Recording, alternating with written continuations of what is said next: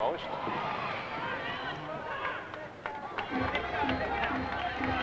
Alan Kelly. Scullion controls.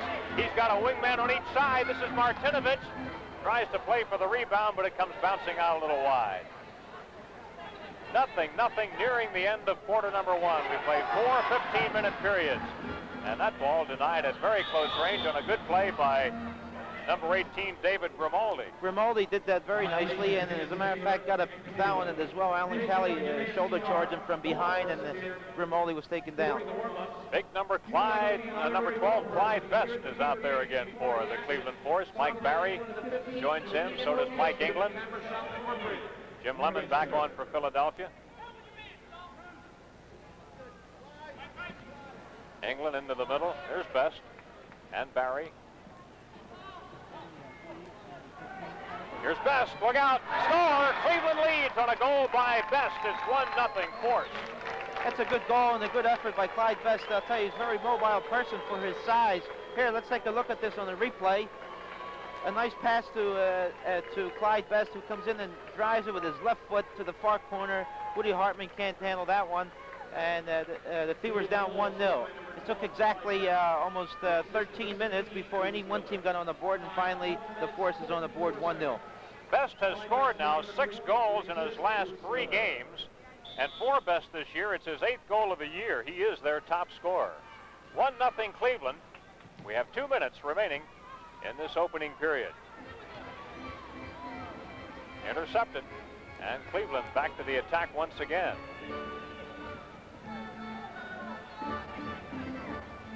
A long way out came Woody Hartman. Here's Best with the ball again. Best shoots it wide. Save, Hartman. Best tried to chip it over Woody Hartman's head with a bending ball, and almost was successful. Woody played it very well and saved that one. Doc Lawson ahead as Philadelphia takes to the attack. Lawson takes a shot. England knocked it down from right in front. Amazing the way he can withstand those shots at close range. We've seen him do it several times. Jimmy Lemon controls. Into the middle, but booted away, and Cleveland's got it. Jimmy was trying to do a wall pass with Levniak, and it was a poor pass on Jimmy's part, and Levniak couldn't get it, and the Force took it away. Number 17, Bruce Miller. Here's Best. Taken away by Lemon, as Best never had control of it. I guess when Best does get control, though, not too many guys do take it away. That's correct. He's a very powerful individual. He shields the ball very well, and it's very difficult, really, to take it away from him. Up ahead along the near wall, and booted away by Bobby Smith, the teammate Fink. 42 seconds left in the opening period. Bobby Smith is matched up with Pat Padilla, and they both hail from Trenton. Atia puts it into the middle. And that was a good effort by Pat Padilla and a good scoring opportunity, and Pat just missed the goal. Freddie Gagurov, and the ball stripped from Freddie. And Mohamed Atia is back in control again with Padilla. It's 2-on-3, Cleveland short, but the shot just wide. A wicked shot by Padilla.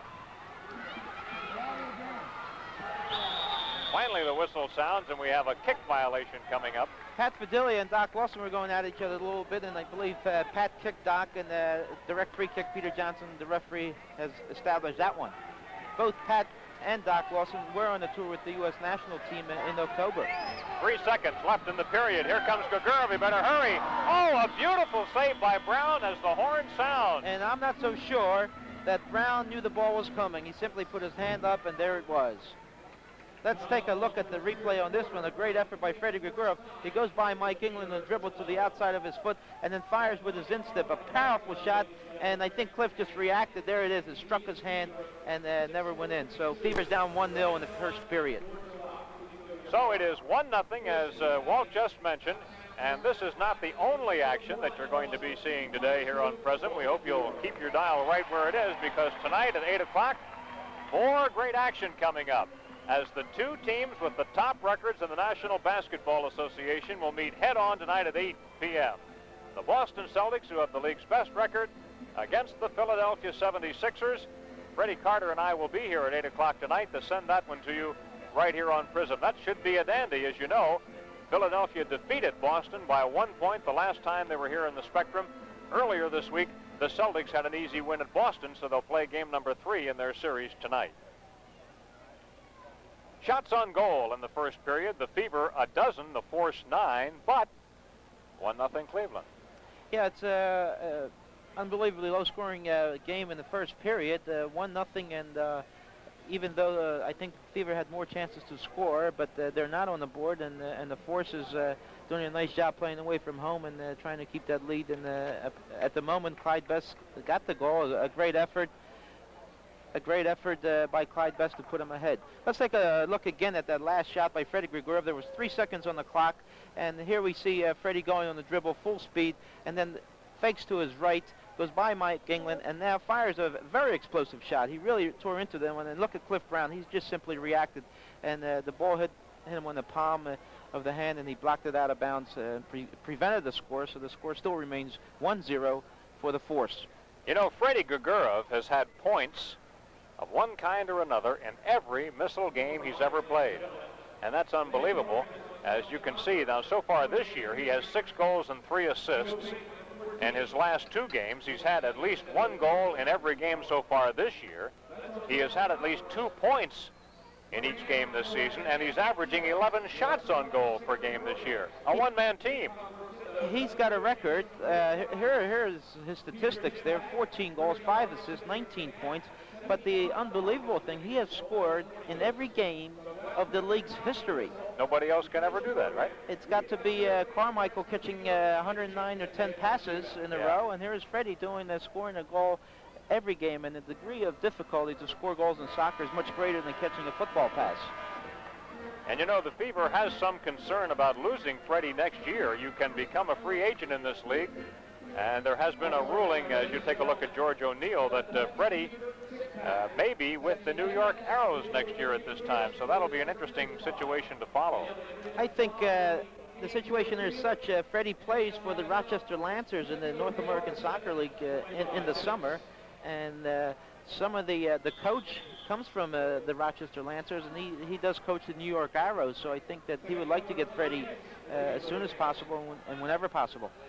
Now we change goals at the end of each period, so now Philadelphia will be attacking the goal to our left, and Cleveland will be gunning at the goal to our right. Up ahead to Elson Seal. Elson controls. Elson makes a move into the middle on Grimaldi. Pass on to the wing to Grigorov. Freddie prepares, guarded by England. Off the wall, Grimaldi breaks it up.